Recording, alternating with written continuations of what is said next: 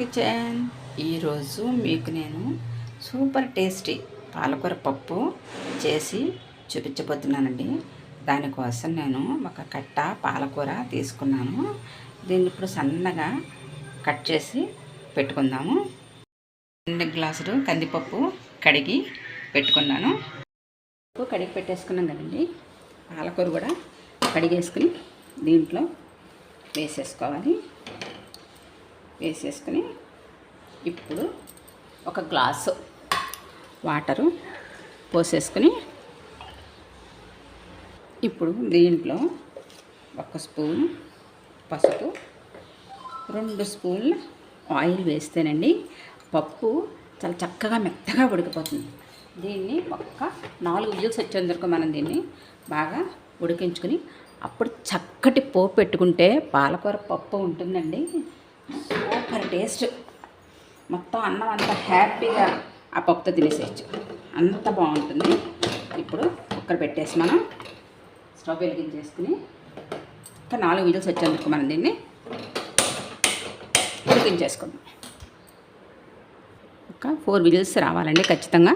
ఇప్పుడు పప్పు మెత్తగా మనకి ఈ మాత్రం చింతపండు నానబెట్టుకుని ఆ గుజ్జు ఈ పప్పులో వేసుకుంటే మంచి రుచిగా ఉంటుందండి. కొద్దిగా చింతపండు నానబెట్టాను. 4 వెల్లుల్లి రెబ్బలు, కొంచెం ఈ మాత్రం జీలకర్ర దంచి పోపులో వేస్తే సూపర్గా ఉంటుందండి. అంగ విజిల్ వచ్చేస్తుంది. పప్పు కూడా అయిపోయింది. ఇలా కచ్చాబచ్చాగా దంచుకుని పోపు వేసుకుందాం. మనకి ఆ కుక్కర్ మూత వచ్చేటట్టు పోపు రెడీ చేసేసుకుందాం.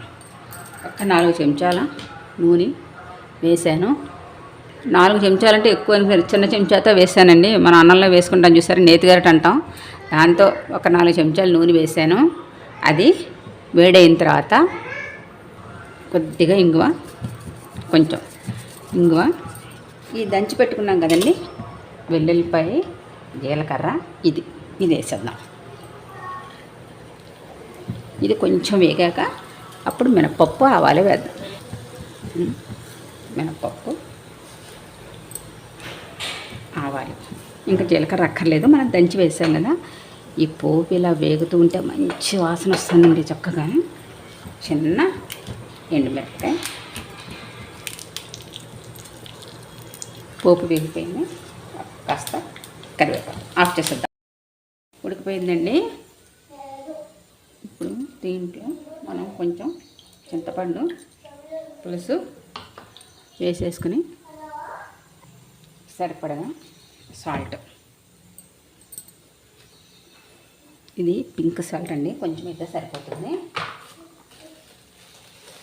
ఒక 1/2 స్పూను కారం వేసేసి ఒక్క 5 మినిట్స్ మళ్ళీ మనం స్టవ్ వెలిగించుకొని పప్పుని కొద్దిగా ఉడకనిద్దాం.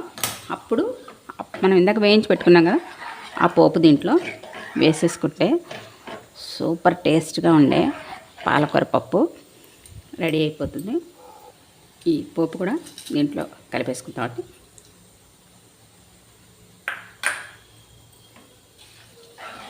వేసేసి ఒక్క 2 మినిట్స్ నుంచి తీసేసుకుందాం. టేస్టీ పాలకూర పప్పు రెడీ అయిపోయిందండి. మీరు కూడా తప్పకుండా దీన్ని ట్రై చేయండి. పొటాటో ఫ్రై చేస్తున్నానండి. దానికోసం నేను 3 బంగాళదుంపలు తీసుకున్నాను. వాటిని ఇలా కట్ చేసి పెట్టుకున్నాను. వీటిని ఒక 2 ఉడుకులు వచ్చేంత వరకు నేను ఉడికించుకుంటాను, ఎక్కువ కాదు ఈ ఫ్రై కోసం. దీంట్లో నేను కొద్దిగా సరిపడగా సాల్ట్ వేస్తున్నాను. ఇలా కొంచెం బాయిల్ చేసుకున్న తర్వాత ఫ్రై చేస్తే ఆ పొటాటో ఫ్రై చాలా మంచి టేస్టీగా ఉంటుందండి. అందుకని నేను ఒక 2 ఉడుకులు రాణిస్తాను. ఇలా ఉడికితే చాలండి. దీన్ని వాష్ చేసుకుని ఇవి ఒక్క 5 మినిట్స్ చల్లారనిద్దాం. ఈ బంగాళదుంప ముక్కల్ని 3 వెల్లుల్లిపాయలు కచ్చాబచ్చాక దంచుకుని వేసుకుందాం.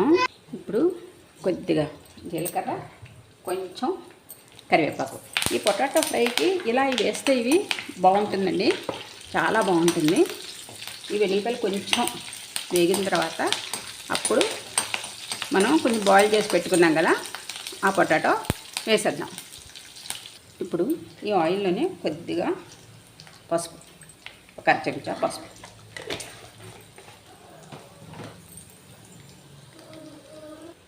ఇప్పుడు మనం ఈ పొటాటో వేసేసుకుందాం దీంట్లో. వేసేసుకుని మనం చక్కగా 5 మినిట్స్ చక్కగా దీన్ని ఇలాగా వేగనిద్దాం. ఇలా చక్కగా మనం ఒక 5 మినిట్స్ దీన్ని దోరగా వేగనిద్దామండి. ఇలా మనం పొటాటోస్ హాఫ్ బాయిల్ చేసి ఫ్రై చేసామనుకోండి, మంచి టేస్ట్గా ఉంటుందండి. ఒక 2 వెల్లుల్లి రెబ్బలు కూడా దంచి వేస్తాం కదా, మంచి సువాసన వస్తుంది. జీలకర్ర, కరివేపాకు చాలు, అంతే. వేగిన తర్వాత మనం కారం వేసుకుని దింపేసుకుంటే పప్పు, సాంబార్లోకి, రసంలోకి మంచి కాంబినేషన్ అండి. ఇది సూపర్ టేస్ట్గా ఉంటుంది. అలాంటి పొటాటో ఫ్రై చేస్తున్నాను నేను ఇవాళ మీకోసం. మీరు నా వీడియోస్ని తప్పకుండా లైక్ చేయండి, షేర్ చేయండి, సబ్స్క్రైబ్ చేయండి.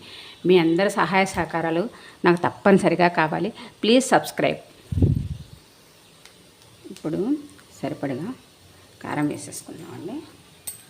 కారం వేసేసి ఒకసారి కలిపేసి స్టవ్ ఆఫ్ చేసేసుకుని బౌల్లోకి తీసేసుకుందాం. ఎమ్మి పొటాటో ఫ్రై. ఇదిగోనండి పాలకూర పప్పు, పొటాటో ఫ్రై రెండు కూడా చక్కటి కాంబినేషన్ అండి.